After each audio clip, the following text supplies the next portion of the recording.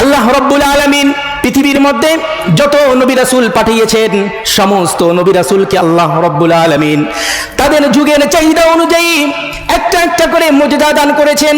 নবী রাসূলগণ তাদের মুজিজাগুলো তাদের উম্মতদেরকে শুনিয়েছেন, আর তাদের উম্মতরা নবীদের মুজিজা দেখে নবীদের প্রতি ঈমান আনত।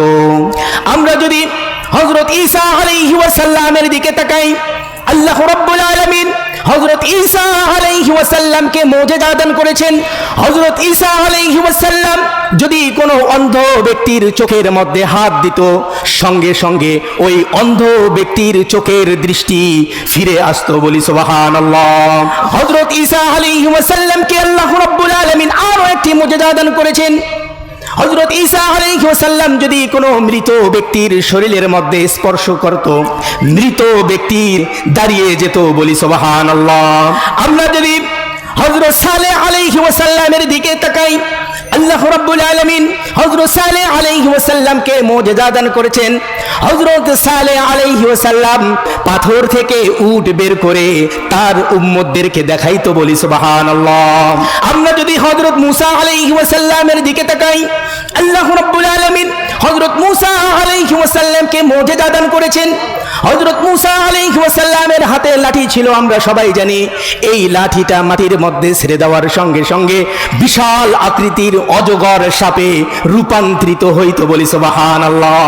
আমরা যদি হযরত ইউসুফ আলাইহিস সালামের দিকে তাকাই, আল্লাহ রাব্বুল আলামিন হযরত ইউসুফ আলাইহিস সালামকে মুজিজা দান করেছেন।